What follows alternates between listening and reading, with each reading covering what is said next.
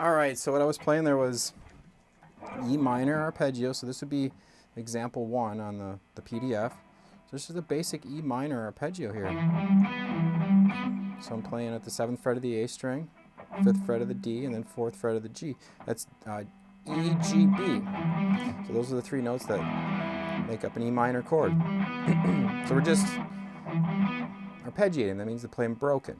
I could sweep my way through that, and then we finish this off with the scale run of the key of E minor or G major. So together you got 2 triplets, 1 and a, 2 and a, and then 3 and a, 4 and a with the scale run. So this is how we combine arpeggios and scales together to make things sound more interesting, right? But even this is pretty exercising because I'm just running up the arpeggio and I'm running down the scale. So if you start, you don't have to come in on the root. You can come in on the 3rd degree, come in the G.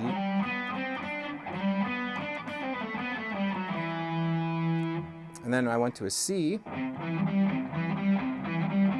So that's the 3rd fret of the A string to the 2nd fret of the D and the 5th fret of the D. And that is C, E, G.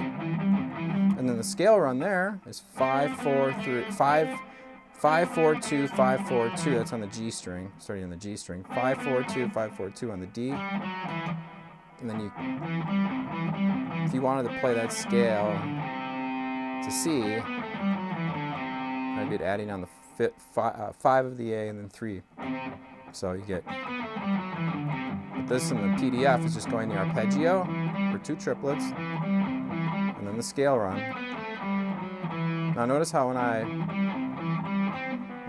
roll my pinky like that to get to the scale from the arpeggio. So I won't lift my finger up to go to the scale. I'll just make that. Right? And then we have D. So that was example 2 on the PDF, the C. Now example 3 on the PDF would be D. And that's 5 on the A, 4 on the D, 7 on the D. And that's D, F sharp, A. Those are the notes that make up a D chord. And then the scale run here is the same as the E minor. 7, 5, 4, 7, 5, 4, starting on the G string, 7, 5, 4, 7, 5, 4. So 2 triplets, 1 and a, 2 and a, 3 and a, 4 and a, and you're back to E minor. Now realize this is also the key of G. See where I place? It's where I place the tonal center. So G and E minor share the same notes. But it all has to do with where I place the tonal center. And what that means is, am I placing the ending? When I did this here, so you can hear I'm placing it on G. Now here,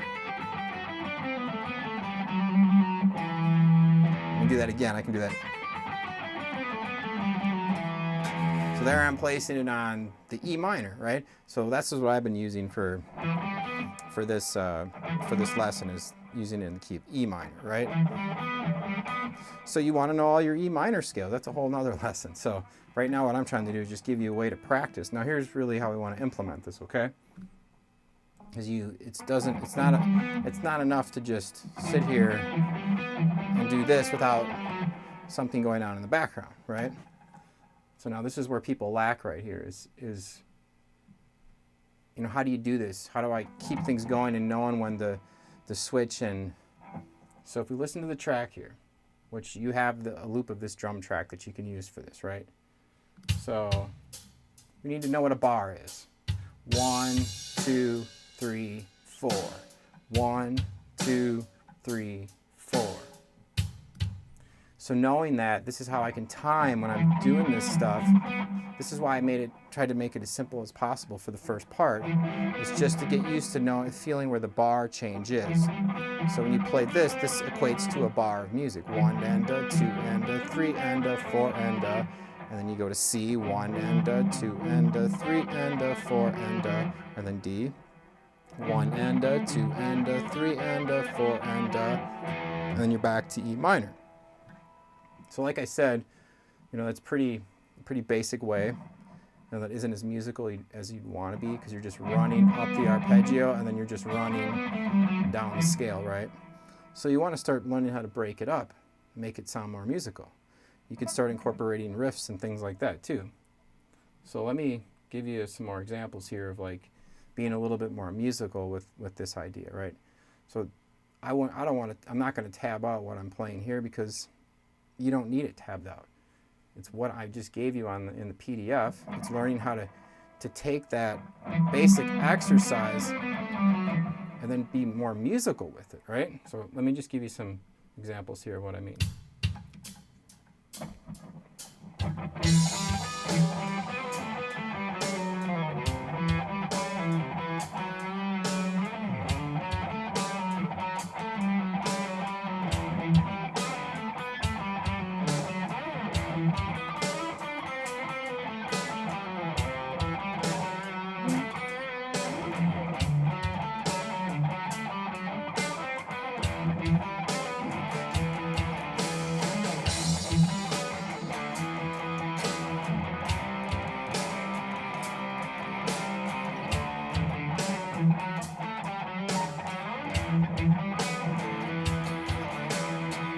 One, right? Okay, so I hope you could feel and tell like how I'm always on beat 1 and changing at the right time. So this becomes the importance, the power of practicing with a metronome, with a drum beat or something. Best is to play with in a band or jam with people. But what this does is, when you practice this stuff more with a beat, instead of just doing it on your own, is that you get a better sense of timing, right? You know where you're at. So for a lot of you out there, this is difficult for you to do this, is because you don't know where you're at in the bar, right? You're changing sometimes on beat 3, you're changing on at beat 6, beat 7, so it's all over the place, so it feels very disjointed. So this is a great way to practice here. Take something very simple and put it to a beat, challenge yourself, and then try to be musical with it. The only thing that should be treated as non-musical would be like a technical exercise. So anything else you learn, you have to put it into some type of musical context. Be musical with it. Otherwise, it doesn't mean anything and it won't stick with you. So when you learn, a lot of people learn these arpeggios, right? A lot of people know how to play a E minor,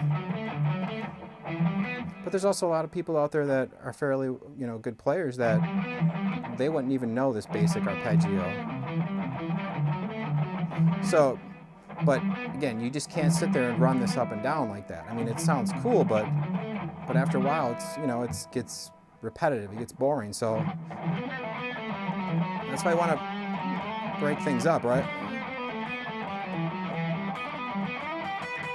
Now I'm adding in other octaves and all that, so you start going there too, right?